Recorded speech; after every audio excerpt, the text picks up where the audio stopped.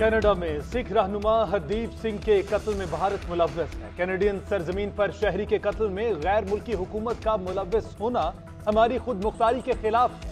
अपने मुल्क में गैर मुल्की मुदाखलत नाकाबिले कबूल है। कैनेडियन वजीर आजम जस्टिन ट्रूडो का पार्लियामेंट से खिताब, बोले कत्ल में भारतीय एजेंसीज के मुलव्वस होने के शवाहिद मिल गए, भारत को इश्तियाल दिलाने की कोशिश नहीं की।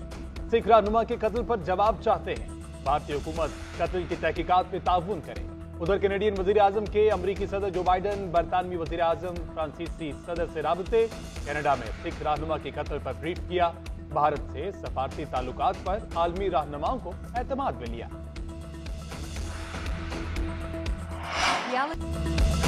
लेवल प्लेइंग फील्ड न मिलने की शिकायत नून लीग से है। सीईसी ने लेवल प्लेइंग फील्ड पर एतराजात पर आसिफ जरदारी को टास्क दिया। पीपल्स पार्टी का पुराना मुतालबा है नवाज शरीफ वापस आएं, उन्हें खुशामदीद कहेंगे। Chairman peoples party Bilawal Bhutto कहते हैं, एक जमात प्रोपेगेंडे और किरदार कुशी की माहिर है। आवाम को कोई दिलचस्पी नहीं कि कैदी नंबर फलां क्या ड्रामे कर रहा है। आवाम का मसला बच्चों की फीस और दवाइयाँ हैं। आवाम को एक उम्मीदवार और रोड मैप की ज़रूरत है। मजीद कहा, भारत हमारे मुल्क में दहशत गर्दी में मुलव्वस है, अब दुनिया में भी बेनकाब हो गया। कैनेडियन वजीर आजम ने भारत को बेनकाब कर दिया। आलमी बरादरी कब तक भारत से जुड़े वाकयात को नजरअंदाज करती रहेगी। नवाज शरीफ के खिलाफ साजिश करने वाला हर शख्स अंजाम को पहुंच चुका। साजिशी सिर्फ घर ही नहीं गए बल्कि रुस्वा भी हुए। कुदरत का निजाम जब हरकत में आता है तो उसे रोकने वाला कोई नहीं होता। मरियम नवाज कहती हैं, कहने वालों ने कहा कि नवाज शरीफ की सियासत दफन हो गई, मगर नवाज शरीफ हर बार पहले से ज्यादा मजबूत होकर लौटे। उन्होंने नशेबो फराज बहुत देखे। जब से मुशर्रफ ने इक़्तिदार का तख्ता उल्टा उस दिन से ये शुरू हुआ, मगर नवाज शरीफ की वापसी नाकामियों से ज्यादा मजबूत है।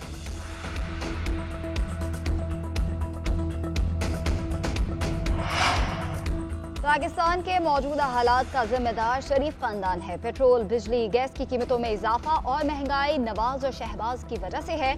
वापसी पर नवाज शरीफ को मायूसी होगी, अवाम इस्तकबाल की बजाय हिसाब मांगेंगे।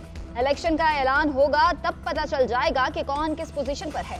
परवेज इलाही की अदालत में सहाफियों से गैर रस्मी गुफ्तगू, कहा IMF से जालिमाना मुआहदे की सजा अवाम भुगत रहे हैं। पाकिस्तान की अदलिया और फौज पर एतमाद है, दोनों हमारे इदारे और मुल्क की सलामती के जामिन है। अदलिया इंसाफ दे रही है लेकिन ये लोग छोड़ने को तैयार नहीं। हम अपने मुकद्दमात अदालतों में लड़कर सुरखरू होंगे, अभी प्रेस कॉन्फ्रेंस नहीं करनी।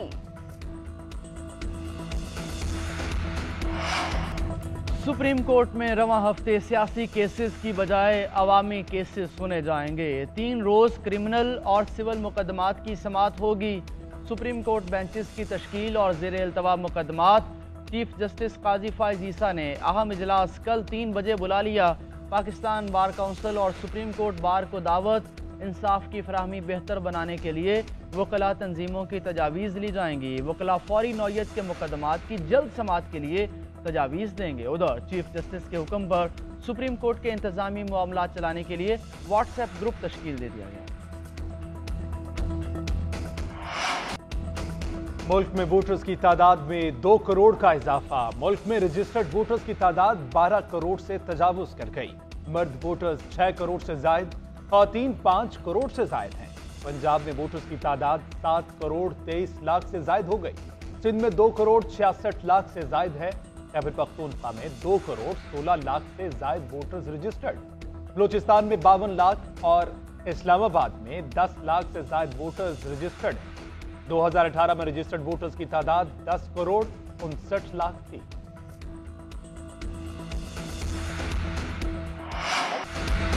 MQM और पीपल्स पार्टी एक बार फिर आमने सामने। फारूक सत्तार का सिंध में इंतजामी तौर पर लेवल प्लेइंग फील्ड ना होने का शिकवा। इलेक्शन कमीशन हुकाम से मुलाकात के बाद गुफ्तगू करते हुए कहा कि तकर्रियों और तबादलों पर हमारे तहफ्फुजात हैं। सिंध में 15 साल बद इंतजामी का तसलसल कायम है। हल्का बंदियां दर्जी बिठा कर की गई। हमने इलेक्शन कमीशन को अपने तहफ्फुजात से आगाह कर दिया।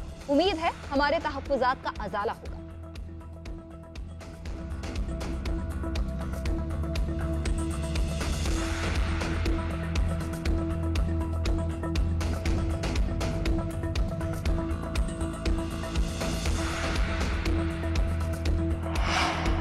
MQM का वावेला बिला जवाज है। पीपल्स पार्टी के रहनुमा मंजूर वसान का जवाब, कहा MQM थप्पड़ भी मारती है और रोती भी है।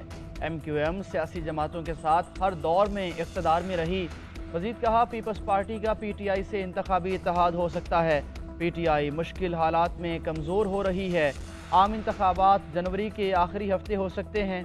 उधर मंजूर वसान की मेंबर इलेक्शन कमीशन सिंध से मुलाकात, आम इंतखाबात और हल्का बंदियों के बारे में तजावीज़ पेश की गई।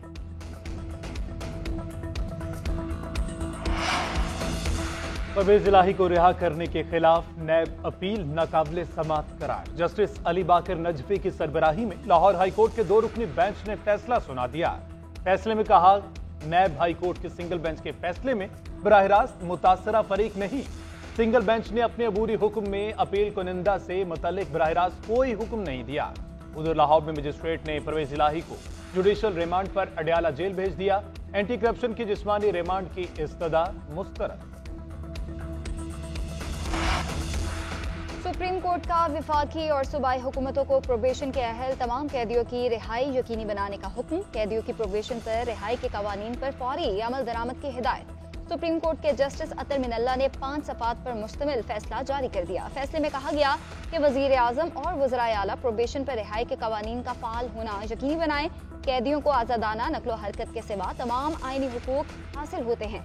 मुल्क भर की जेलों में इंसानी हुकूक की संगीन खिलाफ वर्जियां हो रही हैं।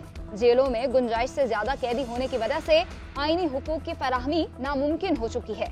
जेलों में अदम सहूलियात का शिकार अफराद की अक्सरियत गरीबों की है। गरीब लोगों को रियासत भी सस्ते और फौरी इंसाफ की फराहमी के लिए किरदार अदा नहीं कर रही।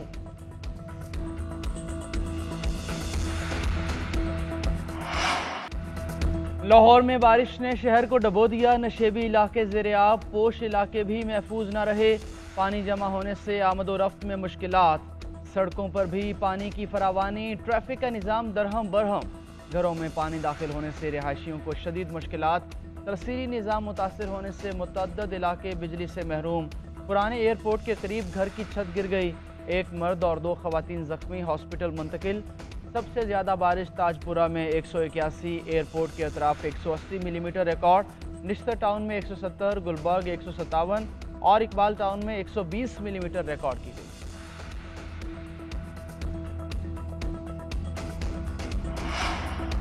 जमात इस्लामी का महंगाई के खिलाफ तहरीक में तेजी लाने का फैसला। कराची में 15 से ज्यादा मकामात पर मुजाहरे। नर्सरी शारा फैसल पर बड़ा एहतजाज, कारकुनों की बड़ी तादाद की शिरकत। पेशावर में गवर्नर हाउस के सामने दूसरे रोज भी धरना। लाहौर में 21 और कोयटा में 24 सितंबर। कराची में 6 अक्टूबर को गवर्नर हाउस के सामने धरना होगा। हाफिज नईमुर रहमान कहते हैं, अवाम पेट्रोलियम मसनूआत की बढ़ती कीमतों, भारी बिलों और टैक्सेस के खिलाफ बाहर निकले। माजी की हर हुकूमत ने कौम को IMF के कर्जों में जकड़ा। सारे कर्जे अपनी नाअहली और करप्शन की नजर कर दिए गए। अवाम ऐसी आवाज उठाएं कि गूंज आलमी सतह पर हो।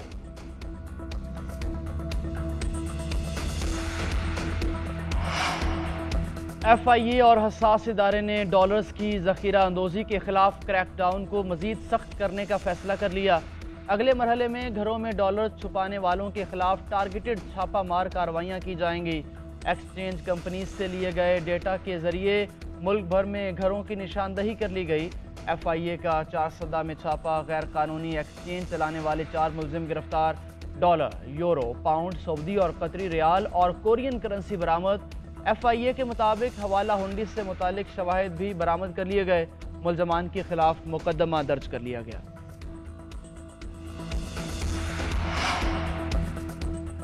डॉलर के मुकाबले में रुपया मुस्तहकम। इंटरबैंक में डॉलर की कीमत में 1 रुपया 5 पैसे कम।